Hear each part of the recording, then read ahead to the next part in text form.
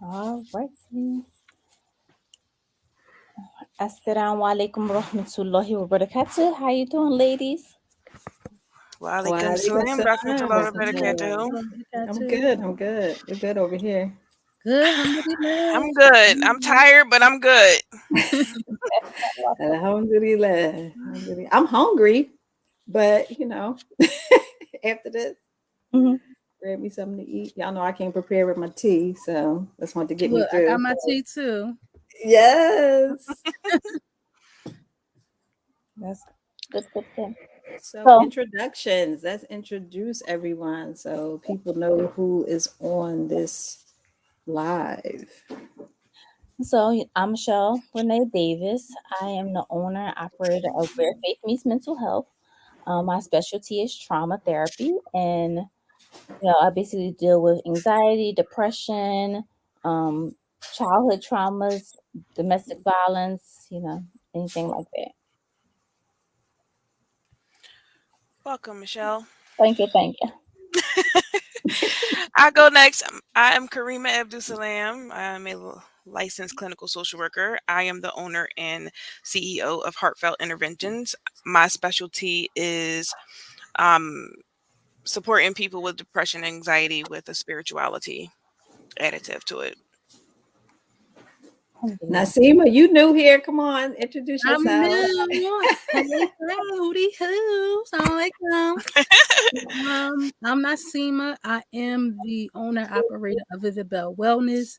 It is a therapeutic space for women. So we do not just talk therapy, but I kind of implement my with movement based. So Pilates, yoga, meditation, Nice. V-steam, all things that's just health and wellness related. We heal in different ways. And so I try to keep an open mind and have multiple streams of healing in the one space. I'm virtual and I have a physical space in South Philly.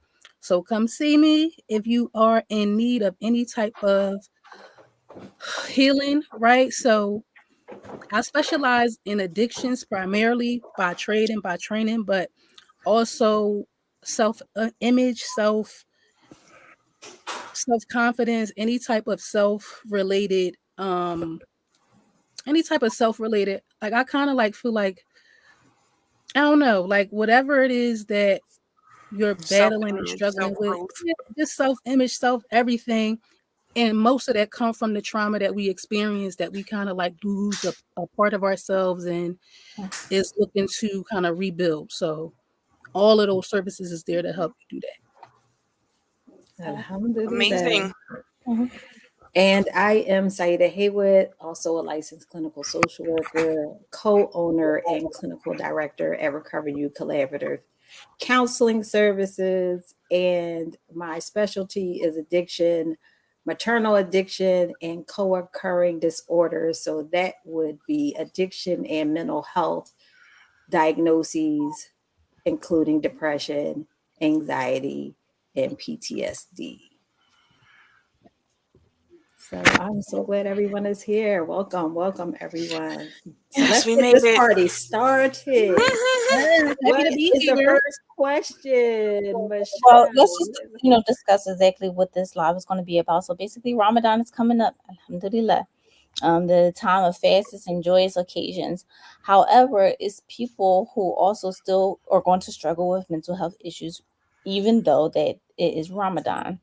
Mhm. And I think education is important so that when you are trying to assist your brother and sister in Islam, when it comes to, completing their obligations, that you understand what it is that, and when I say understand, I mean it's relative to obviously your capacity, but also understanding just what may be triggering for other people when they are fasting and how medications might impact their fasting or any kind of mental health that might impact their fasting. Yeah, so the intent of this conversation was we all were talking and got together and decided, what could be the next topic. And of course, to piggyback off of what Michelle said, the focus is conversations that aren't as frequently had is Hmm. mental health, in Ramadan, which is very specific to a very specific population of people, and that is the Muslim community. Yeah. And just like the mental readiness that you have to prepare for before Ramadan, during Ramadan, and even after Ramadan. So I'm hoping that we can shed some light on how to change perspective, I guess, Mhm. um, and go into it with a more positive outlook and not feel guilty when you don't um, check all the boxes. Mhm. So, what do you mean by check all the boxes? So, like, you know how when people say, um, "You ready for Ramadan?" and you want it, your verbal say yes, but like in the inside you may be feeling like no, Mhm.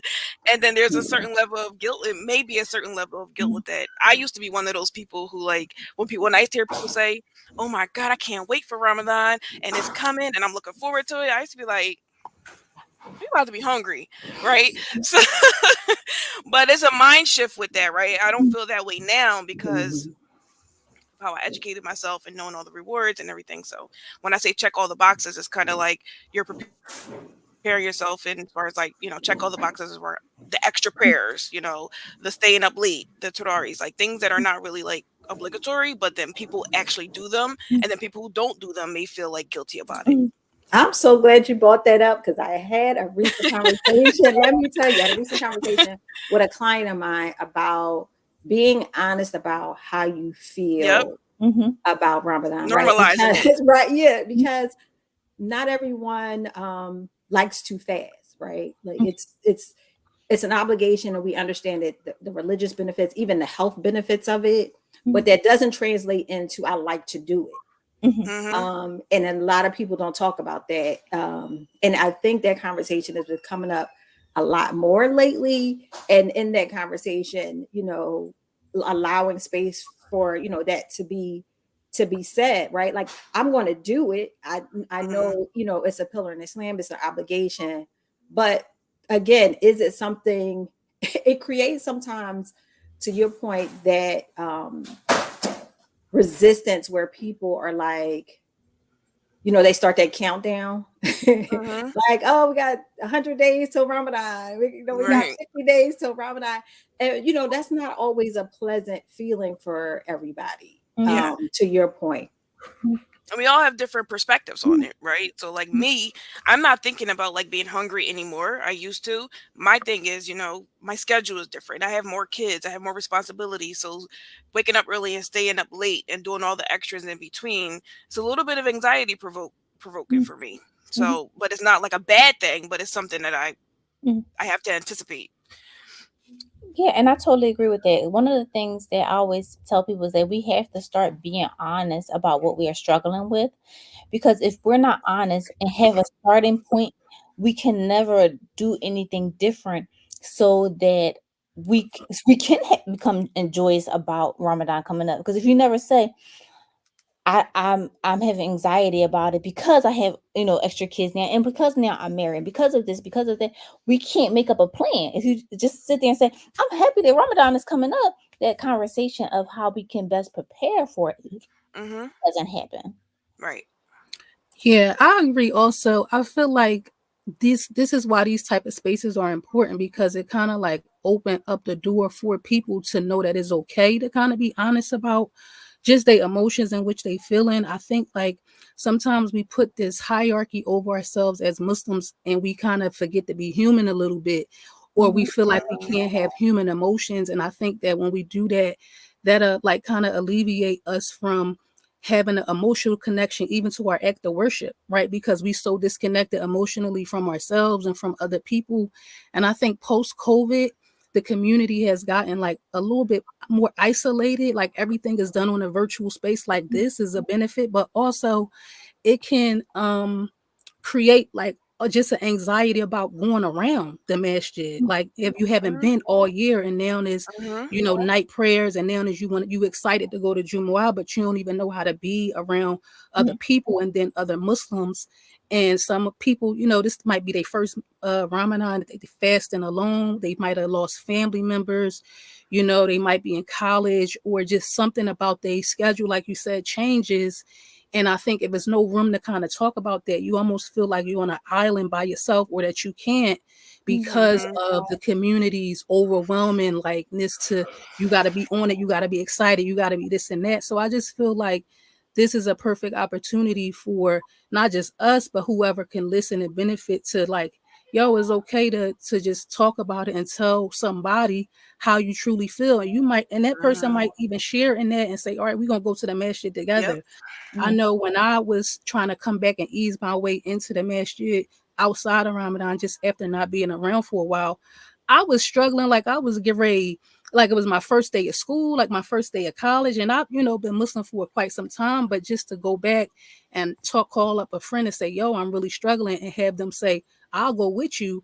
That's a really big thing that I feel like is like a forgotten um gesture. I don't, so I think that this is just important, just for that, just to kind of help build community in an honest way and allow people to be organic and authentic in how they feel, because there's absolutely nothing wrong for having feelings or emotions.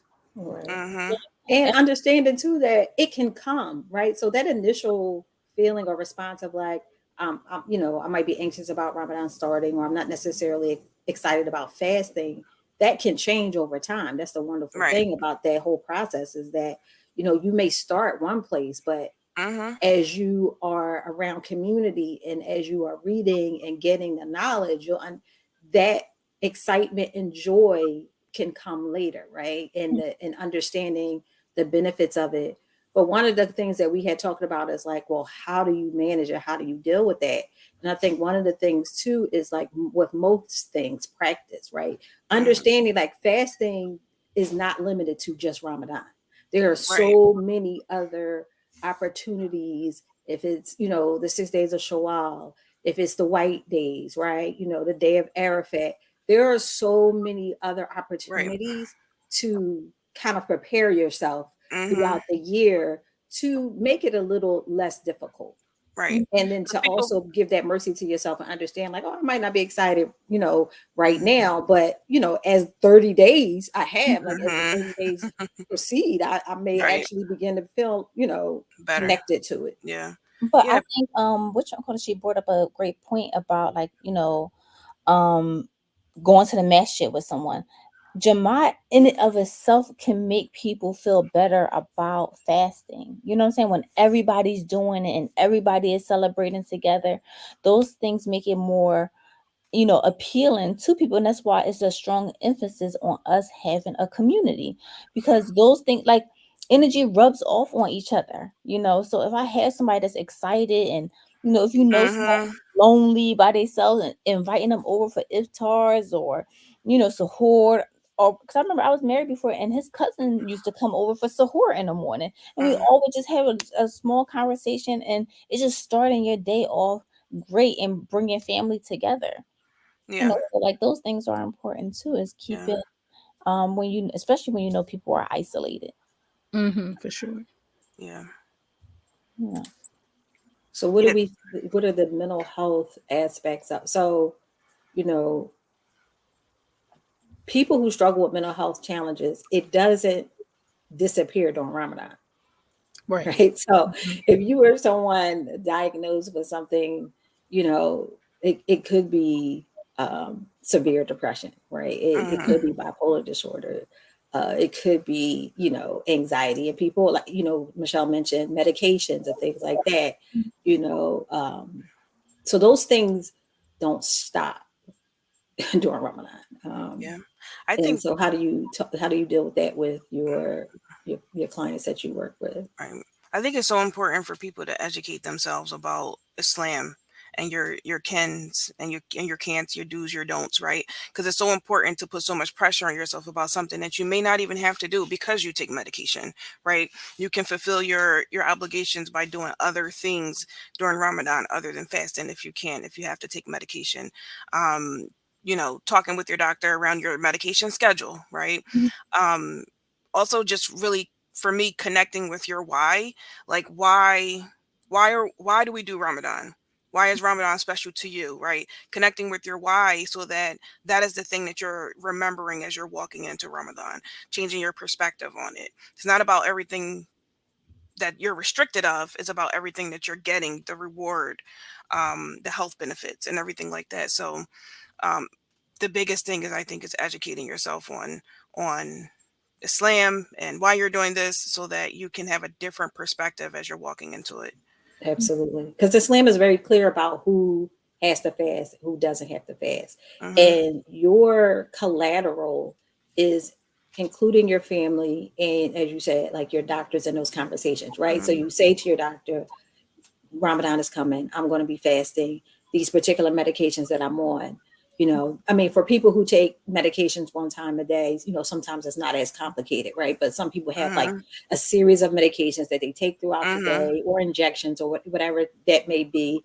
Um, and so, like, working in addiction, I work with people who are on medically assisted treatment but receiving it injected, right? So Vivitrol, um, uh, things of that nature, right? So that type of medication, you have to come into the provider to get Brixadi, things like that, right? And so if you're a person in recovery and you're on medically assisted treatment, you don't really have control over, well, if I can take that medication, um, before a sahur, right? And I don't know if people have had extensive conversations about that, but that is when you have to incorporate and involve your provider in that conversation, I'm because not sure, but I don't think injections count as breaking fast. but so that's a good point, right? And so what but I think the other component to that is like people who have illnesses that what are chronic, right? Like, will they have this illness after Ramadan? Oh, Right. So absolutely. Yeah, that's right. So those components again, I think the only advocacy that we are supporting is having the conversations with your doctor about, hey, this is Ramadan, this is what I'm required to. Can I, like, physically, can I do it? Like, is Hmm. this going to harm me in any way, depending on the medications that individuals are on? Because again, your illness or your diagnosis doesn't stop during Ramadan. It definitely can be accommodated, right? But you have to have those conversations with your provider and not assume, like, yes. oh, because I'm Hmm. taking Zoloft, or I'm taking whatever it is, whatever the medication is, hydroxyzine, whatever. I No, don't I I don't totally. have to fast now. Mhm. Right. Yeah, I totally. Yeah. And so important too, like, even if someone is on medication and they can't fast, right? I know a lot of people who, feel really guilty about not fasting because they're on medications and they physically can't do it too, Absolutely. right? So, Absolutely. like, those people should also be collaborating with people, talking with people, um, just to so that you're not stuck in your thoughts around, like, I can't do this, and you feel alone in it. There's so many Hmm. other people. You might be able to collaborate with a group of people who can't fast, and then Right. you guys, host a iftar That's or all something right. like that. Right. So there are ways to kind of work through that mental health challenge as you navigate the Ramadan. And the mercies from Allah, like, if Allah gives you a mercy, Listen, take it. which one of them are you So, going to deny? no, Okay. yeah, exactly, all of that, right?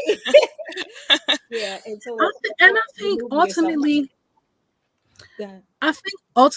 too, like the idea of mental health in the Muslim community is like a stigma on top of a stigma itself. And I Hmm. think, like, as a community, those of us who are educated in the mental health field is like what we doing now, taking this responsibility to just kind of like normalize that part. Because I think like a lot of people stay away from like that guilt that you talk about, like of not being able to have or share in the same type of excitement that everybody else is having, or feeling guilty because you can't do this thing, or Hmm. feeling like and if you do bring it up feeling like your Islam is going to be questioned and you're going to be kicked out of Muslimhood because I have Right. They're this. gonna take your card. Yeah, Right. and I You out of feel like pocket. the idea of like changing that perspective first, because Yep. like you said this to me, and I never forgot it on our first meeting. Saida, like Islam is a very communal religion. I had never thought about it in that way. It's like so much of what we do is rooted in that, and so it's like why not for mental health? Creating these type of normalizing conversations, because it is a lot of Muslims, if we just talk about Philadelphia alone, who struggle with mental health, with addiction, with trauma, with depression. And a lot of that stuff might have even came and was stemmed from the Muslim community for what you went through in these communities. So I just feel like Mhm. having these type of conversations and just normalizing and kind of giving a voice to those who are openly struggling with their mental health, openly struggling with addiction, um, giving them voice and letting them know like you are welcomed here too. Like we every like it's a component of that we understand, and there's room for you here to kind of like almost like holding space for them in a way. So I just feel like that part will open up a lot more doors if we just Yep.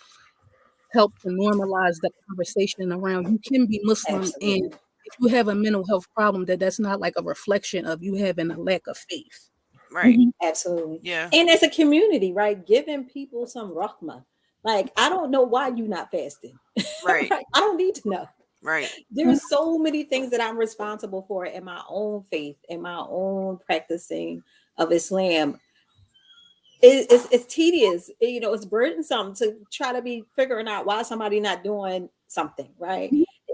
This person not fasting, there could be so many different reasons. They could be traveling. A sister could be on her meds. A sister could be pregnant or have an illness. There are so many mercies that Allah puts in place, right? That I think as a community, we have to remember that instead of going into judgment, right? Or questioning, like, oh, I see, I saw the brother come out. I listened to this lecture. I don't remember who it was, but the brother was talking about, seeing a brother come out of a coffee shop, have coffee during Ramadan, have coffee in his hands, right? And like where we could go with that, and the judgment with that, where it could be a million different reasons why this is happening, but as a community, we do have to practice a little bit more of giving people grace and support, Mhm. but Absolutely. also not having an expectation that people self disclose. Like we are entitled to know their situation. Like that again, people say it all the time. That's between them and the law. Right? I don't need to know the details of, what your illness is or your circumstance or, you know, that it's not necessary to help and support people. And I think we've got to get a better understanding around that, where you don't need to know the details and the backstory of people's information in most cases to help and support them. Mhm. Like, I need you to tell me what's going on with you Right. first, you know. So one of the things that I did want to bring up, because of Ramadan coming up, and in the surrounding eating, is people who have eating disorders. Now, by no means do I specialize in eating disorders. I just want you to I know, thought you did. I just want you Just to know, I will refer out. Yes. I do not do eating disorders. However, being someone who, obviously has just some basic knowledge of, what to look out for, I would love for just to share that with you guys too. please. Because one of the things that people don't realize is that people be disguising their eating disorders during Ramadan as if that's a part of Ramadan, right? Mm, So they'll have anorexia, right? And they're restricting their food. And they're like, no, but I'm fasting. And really Mm. in real life, they're like, but you are losing way too much weight during Ramadan. And and Ramadan could be a trigger for someone who has anorexia, right? So Ramadan mhm. coming up, people are restricting their eating, then they already feel guilty because they may not fast, because they're like, if I start fasting, I'm going to get sick. Mhm. Mhm. I'm going to start doing all the old behaviors. And then Yeah. you're Mhm. like, oh my goodness, how is it that this person dropping weight, dropping weight? And you know what they're gonna say? Oh, it's because it's Ramadan. People just Good lose point. weight. Yeah. And it's I've like, never thought about that. I never even thought Yeah. about eating disorders in Ramadan at all.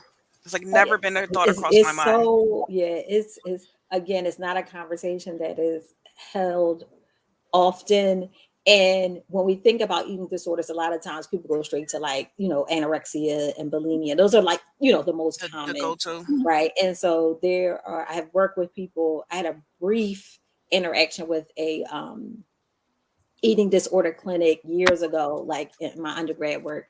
And so there's a variety of eating disorders, like mm, food aversion, right? And mm, stuff like that. So people who, just the smell, color, the mm, texture of certain foods. And sometimes that can go hand in hand with people who have autism spectrum disorder, right? Like just the certain Mhm. colors of food, the smells of food, the textures of food.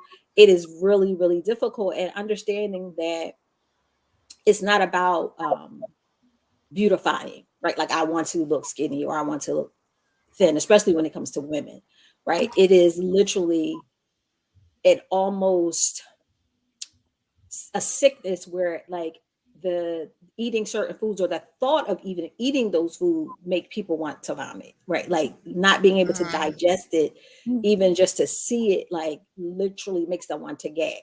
mm, mm, And there's so many different types of eating disorders. And to Michelle's point, it's during Ramadan specifically, I can only imagine for, therapists who work in that realm, mm, what that could look like and how, mhm. to your point, how that could go either undiagnosed or underdiagnosed. mm. And also too, like it's people that I've seen during Ramadan that they start because so just like you said, it's a plethora, not just only anorexia, but people binge eat, right? And so Mm. you're like, how you gonna binge eat in Ramadan? Sahur and And doing iftar. and then iftar. And they be like, oh, but they disguise it as I'm just so hungry because I haven't eaten all day. But in reality, your stomach starts to shrink where you're not gonna be able Mm. to eat anymore. So they overstuffing themselves and they're binge eating. Wow. And then when Ramadan ended, you're like, how did you gain weight? Mhm. And it's like because no one noticed that you were binging because it's Ramadan. Like Right. people eat a lot. And so, people might be restricting food. They might start binge eating because it's under the disguise of fasting and breaking fast, and no one notices it. Yeah. And we have a huge problem in general, actually, of overeating in our community anyway. On top of it, so I mean, let's call it a spade a spade. We try to act like food is not an addiction, and then we have brothers and sisters who are extremely overweight, and people are not addressing that you are binging food, and a lot of times that's trauma based.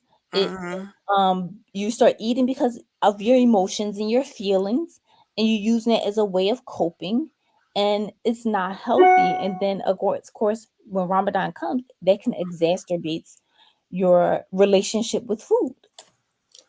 Key, Yeah. key point, right? And so I think that was one of the in one of the questions about, like, managing challenges during Ramadan. I think Mm. was a big factor is thinking about your relationship with food. Is it sensory? Is it comfort? Is it Mhm. associated with, I mean, people have grown up in households where food is used to um, express love and affection, right? Food is also being used as a punishment. You are not getting up until you leave. You can't leave this table till you eat all this food, right? And Mhm. that's stuff that I remember learning even while in school, like just understanding that relationship that we have with food. And I don't think growing up, I know growing up, especially in a Black household, those things were considered very normal, right?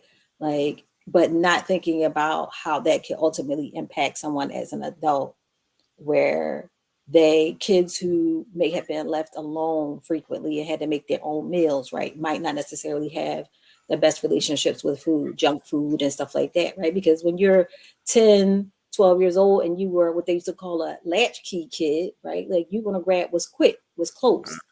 Um, Again, if your parents made a meal and you didn't like it, and they was like, "You're not wasting this food. You're not getting up from this table." And I've been one of those kids where you sitting there, everybody else finished their food, everybody getting ready for bed, you still sitting at the table because there's no way that you eating this okra. Like I'm not doing it. Yeah. Like people have had some really interesting Yeah, relationships with and food trauma. that we can't ignore that will and can impact them as adults. Yep. Yeah. So So So, Ramadan may bring that out so at any Michelle, other time. in your, I guess, thinking about this, or your a little bit of experience you said you have with it, or in researching it, did you come up with anything that we can help this particular community with? I think one of the biggest things is allowing people, first of all, as Muslims, stop passing judgment, right? So if you see somebody with a problem, we don't go, because see, it's like two things. We got the Right. righteous people, like we got the little righteous ones where they're like, well, they need to fast anyway. And it's like, Mm-hmm. I was like, bro, this is killing them. Yeah. Like we are not allowed to commit suicide because that's what it would be like.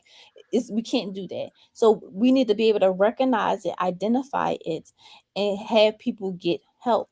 Now again, that's why we tell people, like, sometimes community is very, very important, because let's just say if we had a really close knit community, people who binge or purge or overeat, it might not be as problematic because everybody is together and we understand that this person might have the issue. So we're going to make sure, hey, here's Sahur. Let's sit down and we all eat together.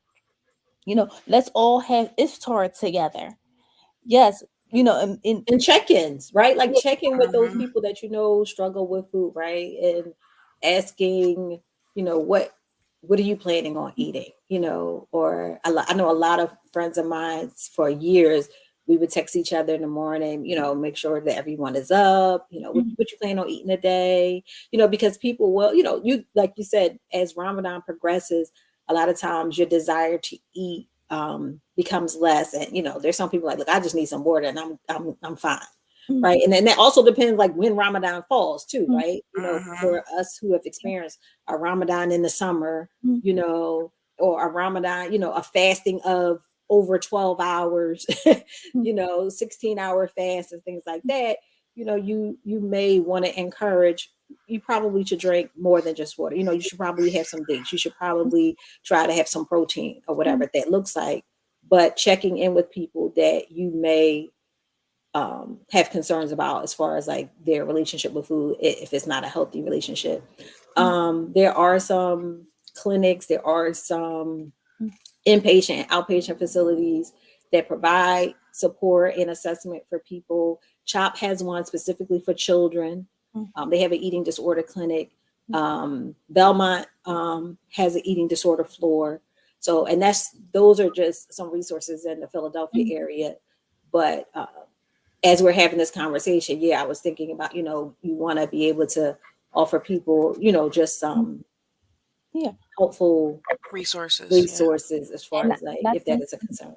Yeah, and I think that the biggest thing is, if you know that you have an eating disorder, especially if you know that you have an eating disorder, I will highly recommend that you talk with your therapist and your doctor about, is it feasible for you? Because Mm-hmm. everybody's situation is different. You know what I'm saying? It's been people like, I'm pretty sure everybody has had that case where you have a normal train of therapeutic interventions that you might do with somebody, but somebody else, you might be like, no, I would not do this with them because that's not going to work. Because so it Mm-hmm. may be some people that may be able to, even though they may have a milder form of a eating disorder, where they can fast Ramadan and won't be that much of an issue as long as they had the necessary support.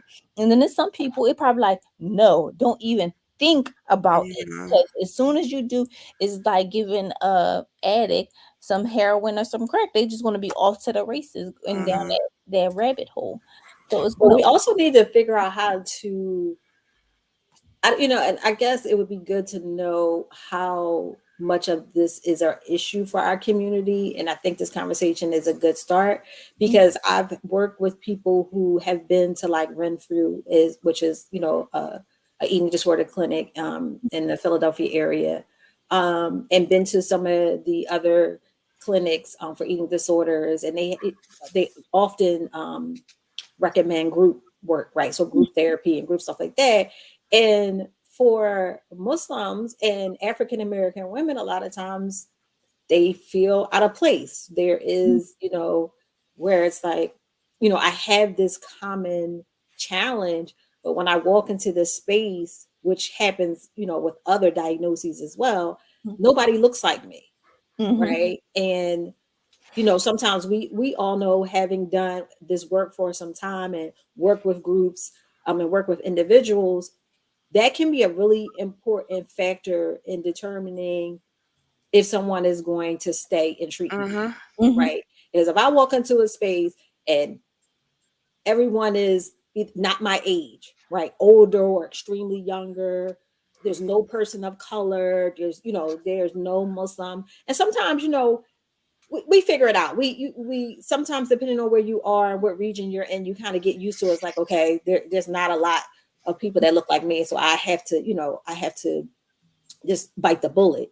But you know, there may be a need, and we can advocate for our community and building understanding. Like, there's no way that I would accept that there is not one Muslim that is not Mm. struggling with an eating disorder of some Yeah. sort, right? I would, with all of the faith and all of the things that we understand and know, alhamdulillah, about, it being impermissible to self-harm, right? We know that it happens, right? People have these thoughts, people struggle with this stuff.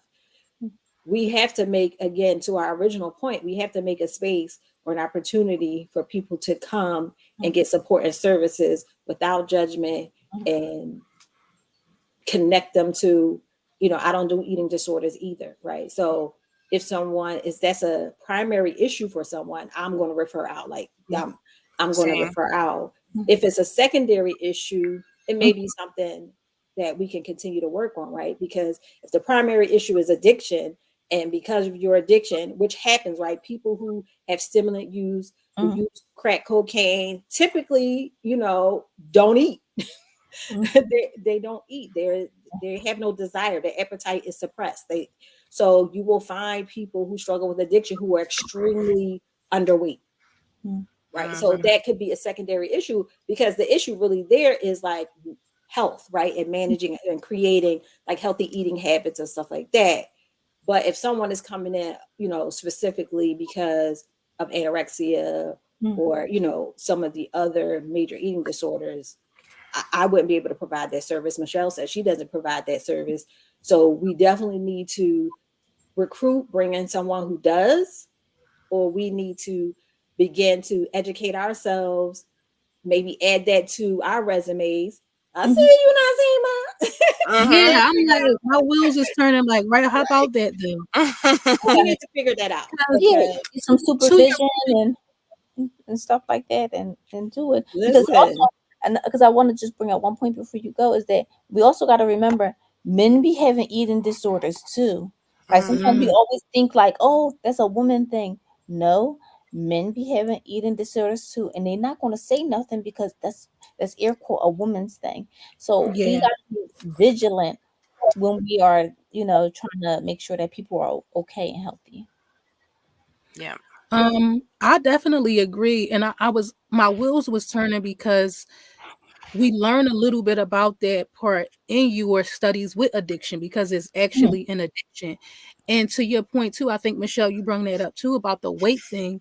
Just people who struggle with addiction, a lot of our parents or those who grew up in the 80s era who are Muslim now had that struggle of the crack epidemic, right? And so the weight loss thing is actually a trigger for those who are in recovery from crack addiction, to where they losing and dropping all of this weight, and it's putting them Mhm. back in the mind frame of It's a good getting point. like, of being of you abusing the substance and not wanting nobody to think that of them. They work too hard, and so Mm-hmm. Mhm. all of this type of like Right. excitement that's coming up for Ramadan is like detrimental, and is like a lot of negative emotions that's coming up for them, because now I'm getting ready to go through this transformation, and I don't like to see myself in that light. I don't want to That see is myself so true. in that Yes. way. Mhm. Yeah, that's a And good I point. feel like, That is a very good point. Oh, you looking skinny. We Mm-hmm. instead of derogatory terms. Oh, you looking like yeah, a, Mhm. Right. and all that kind of mm-hmm, stuff. Or mm-hmm, What you been, they losing weight. They must be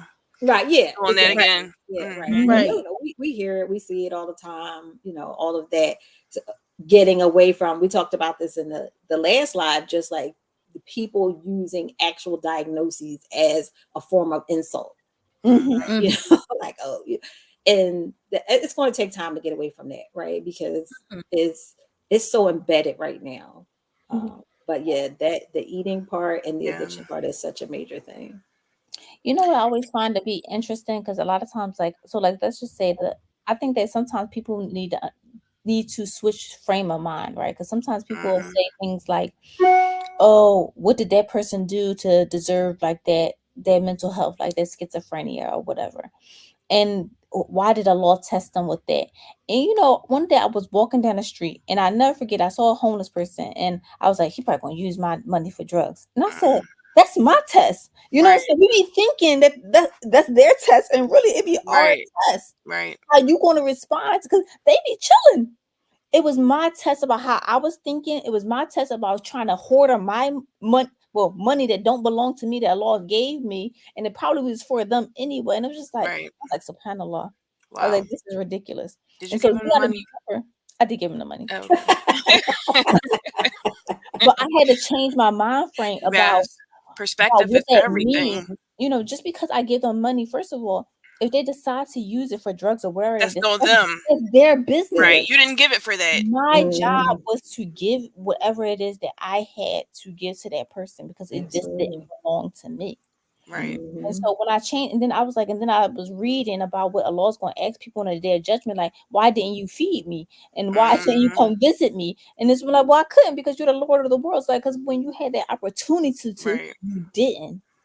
Mm-hmm. Absolutely. Changing perspective is everything, man. If and that's why I think this conversation is so important, because everybody that I brought this up to, when I'm like, going into Ramadan is such a mental battle for so many reasons, for so many different people in so many different ways, right? Mhm. And if you go into it with a restrictive mindset of everything that you can't do, you're going to experience it in that mindset of everything that you Mhm. can't do, and it's going to be that much more difficult for you.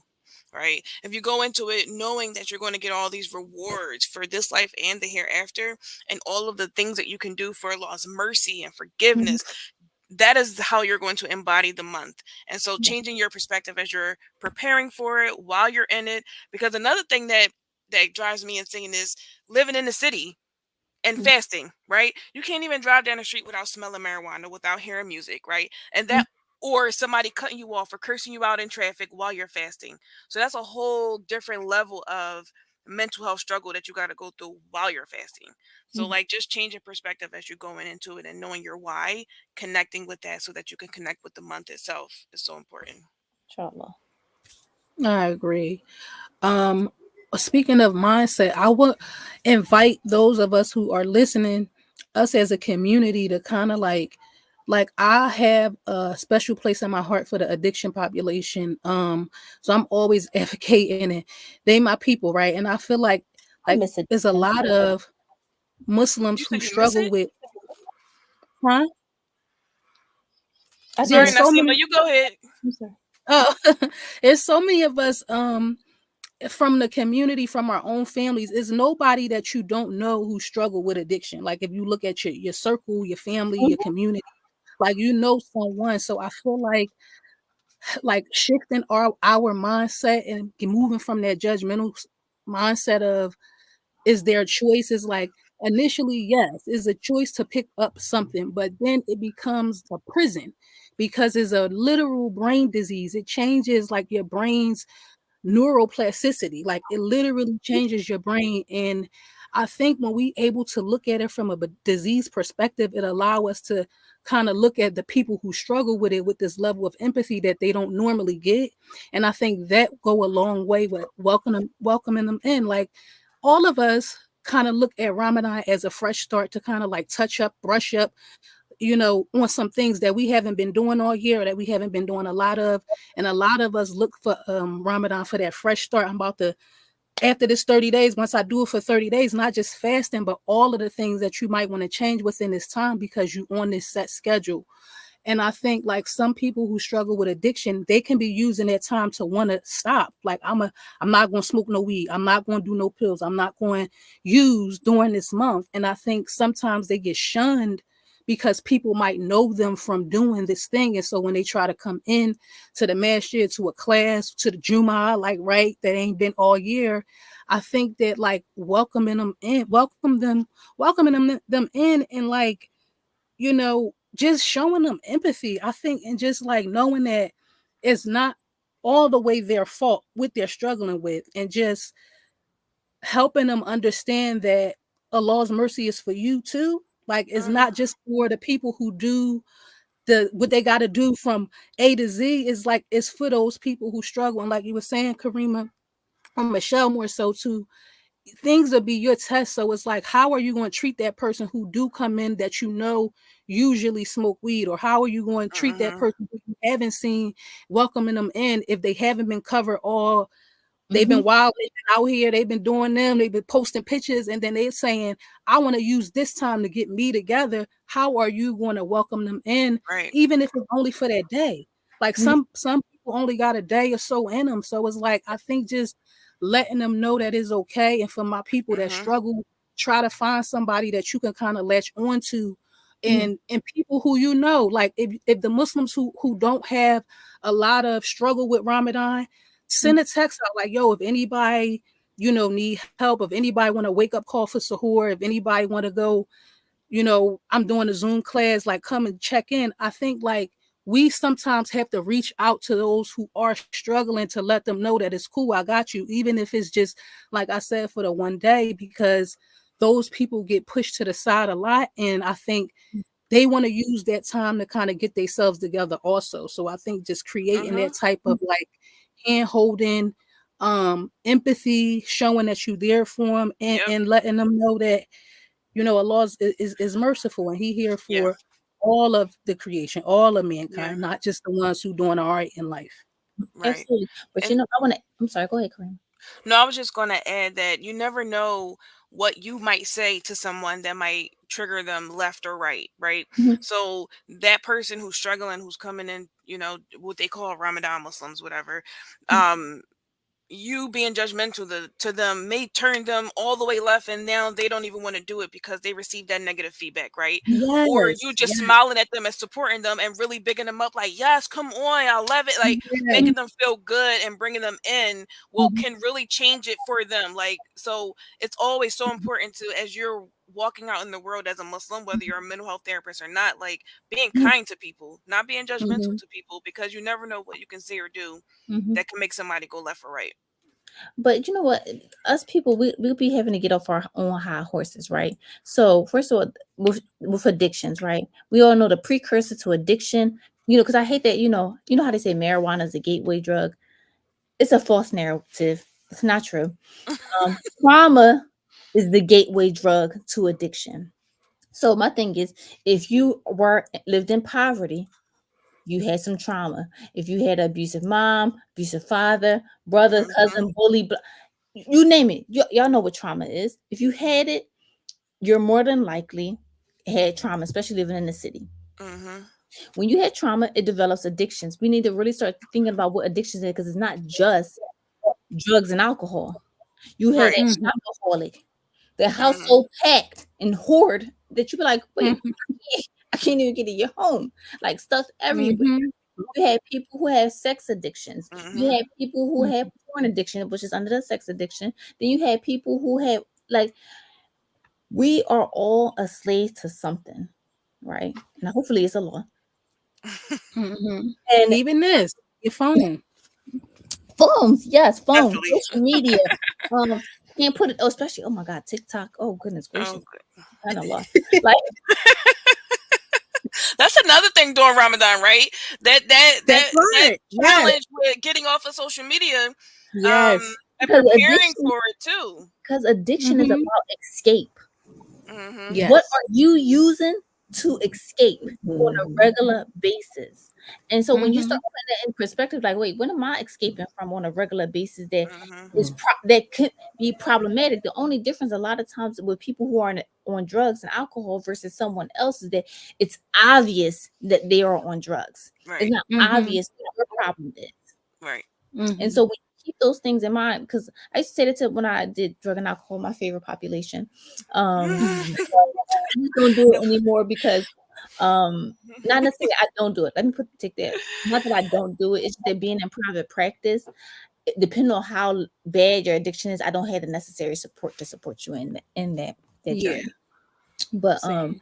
yeah, so it's just like when you come, I used to tell clients all the time, like, the difference between you and me is that I know you lost your house and I know that you're on drugs. You don't know what my problem is. Mhm. And when we start Mm-hmm. getting up on high horses, it would give us and put ourselves not necessarily literally in their shoes, but at least trying them on Right. so that you can help them and Having give some them. compassion. Mhm, Yeah, and like you saying, just looking at your own thing that you struggle with badly that don't nobody know about but you and the law. Like, mhm, and how would you feel if that's exposed and used against you in a way that it is for those in addiction? Like, it's not just um it's like they go through they choosing to stop this activity that they're numbing themselves from, right, from that they've been using as a medication for so long. And now what happens when I stop? I know I'm doing this for a law, but what's going to happen when I decide to just stop this thing? I'm gonna go through withdrawal, I'm gonna have mhm, headaches, Mhm. I'm gonna have stomach aches, the things that I've been trying to numb is going to come back up for me. How do I deal with that? Now I got to deal with the death of my cousin. Now I got to deal with the obvious, that the divorce, like all of these things that I was using drugs for to numb now is going to come back up. But if I got to do this for a law, because if I don't, I'm not Muslim, right? Like, how am I? So it's like Mhm. all of these things that's just swirling around, and you mhm, don't know the level of addiction someone is in unless it's very obvious. But it's a lot of people who look like you and I that's struggling bad. And Functional. Listen, they popping yeah, pills every day. They drinking every day, Mhm. and yeah, you guys mentioned so many important areas that increase the risk, but the biological aspect, right? There's a Mhm. biological aspect to addiction. So if your parents were addicts or struggle with addiction in some way, it increases the likelihood that you will also. So there's so many different factors that contribute to someone's addiction. And to Michelle's point, addiction is broad, right? mhm, Right Mhm. now, some of the top things that I see is gambling, Mhm. yes. really big addiction. Um, Electronics, right? That we all know, if it's not if it's, it could be gaming, it could be social media, all of those things people struggle with. And what makes something an addiction? It is interfering with your daily functioning, right? Like you cannot get through, or you can't complete, you don't feel whole unless you do this thing, right? It is literally interfering with your daily functioning. Mhm, People who can't get up to go to work until they have the first drink, right? What we call the eye opener, right? mhm, They can't, or they got to get their first puff, or they have to take their pill, mhm, whatever. And they're doing it to get up. Once they get to work, they're doing it. Believe me, they figured out a way, on lunch break or whatever. They figure, people who struggle with addiction figure it out.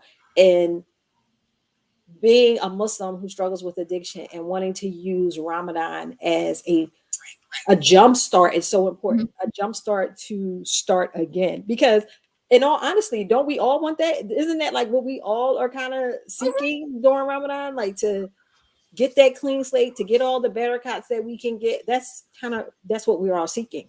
Mhm. And people who struggle with whatever it is, if it's mental health or other areas of addiction or stuff like that, they should be allowed to have that opportunity to get that jump start, because we don't know, that opportunity can be the beginning Mhm. for the rest of their recovery, Mhm. right? Because you got to start somewhere. It has to start somewhere, and it could be that first week or that first day of completing a fast. Mm-hmm. But yeah, Yep. people who are actively using, if they're taking oxys or xannies and all that kind of stuff, yeah, they are going to experience withdrawal, and that is going to be rough. Mm-hmm. I've seen it, but I can't imagine what that feels like, right? And Mhm. to also be trying to make that connection with Allah in this, Right.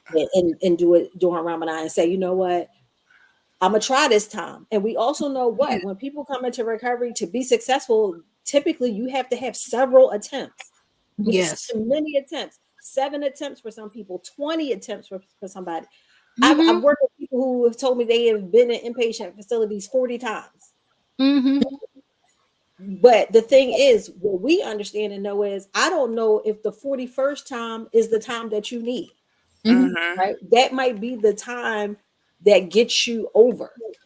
Yeah. I can't take that from you. I can't make that assumption. Oh, they didn't already did it. They didn't already try it. I don't know if the 41st time isn't the time that they're going to be successful. Mm-hmm. Yeah. And I think also too, because we, all of us on here, we gotta be honest. A lot of times therapists be trash. Let's be honest. I'm not trying to be funny. I'm, That's a fact. That's a fact. I have a saying that it's like 5% that are amazing. Then we have another 5% that's mediocre, and then the other 90% be like just horrible. Mhm. And so it's so important. And the reason why I want to bring this up because it's so important that you shop around. It's okay to shop around. It really is. If that Yeah. therapist is not for you, you feel like you're not making progress, you feel like you're not going nowhere, she's not challenging you, um, Not understanding you. not understanding you, go That need to somewhere be the next one. go somewhere else. Also, make sure they're actually a counselor. Because I actually experienced somebody coming to me. They was like, I had a therapist. I asked her to fill out my FMLA paperwork. I haven't heard from her since. She just like Oh my. ghosted me. So to find out she was a coach. Oh What wow. was she a therapist? And I said, so like making sure that people have the credentials that they supposedly have. And it's Yes. okay to ask. I tell people this all the time, Yes. especially when I do consults, or if people are thinking about, going to therapy. It is absolutely okay to ask what people's specialties are, what they're certified in, what their Mm-hmm. specialties are. Again, like, we are all very transparent about our lanes, like what I do and Mm-hmm. what I don't do, right? I have no Mm-hmm. interest to jump into anybody else's lane. I Mhm. don't know it all. I have not, I have not been trained in all modalities.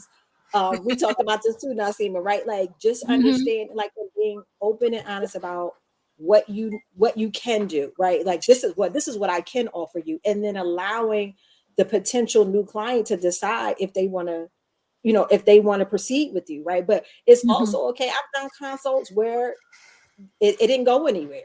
I've Same. met with therapists when I was searching for my own therapist a few years ago, where let me tell you, I saw somebody and I'm gonna tell y'all this, I'm gonna be completely honest. I saw a therapist, she had a Muslim name, and I was like, oh, I might got one. So I'm I'm looking, and we're talking and we're doing the consult, and she was very much like, no, I'm not Muslim.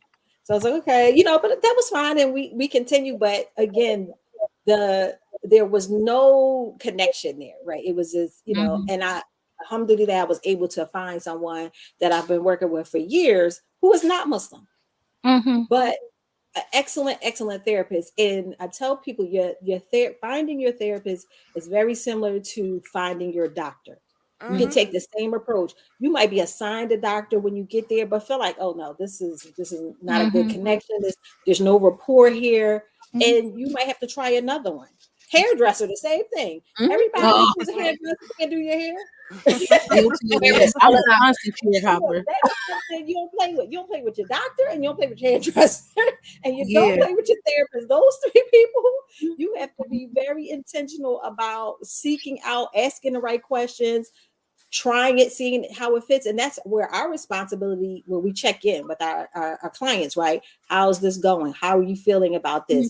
Are we Mm-hmm. doing the assessments to have a gauge for, is the symptoms of depression and anxiety, is it increasing or decreasing? Are we having those conversations?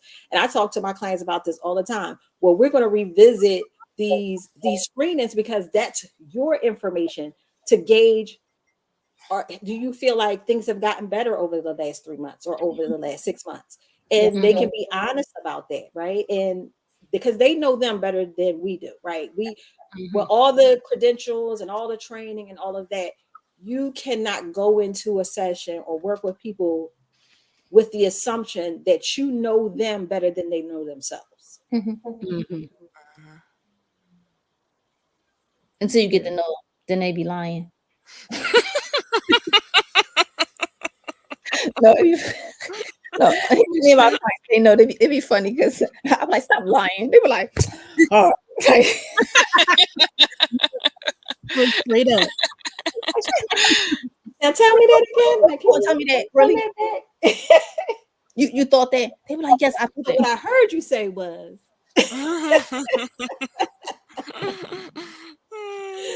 Oh gosh. All right, guys. We are coming up. We went over a little bit, but this is an important topic, and we were all really, really excited about it. I cannot express enough thanks and appreciation for you ladies coming together, being so cooperative, on point. I love, love, love you guys. It's like, it is nothing like, having a system of colleagues, friends, or people that you can talk through these situations with, because y'all know we have talked about it. Sometimes it's like being out here on this island.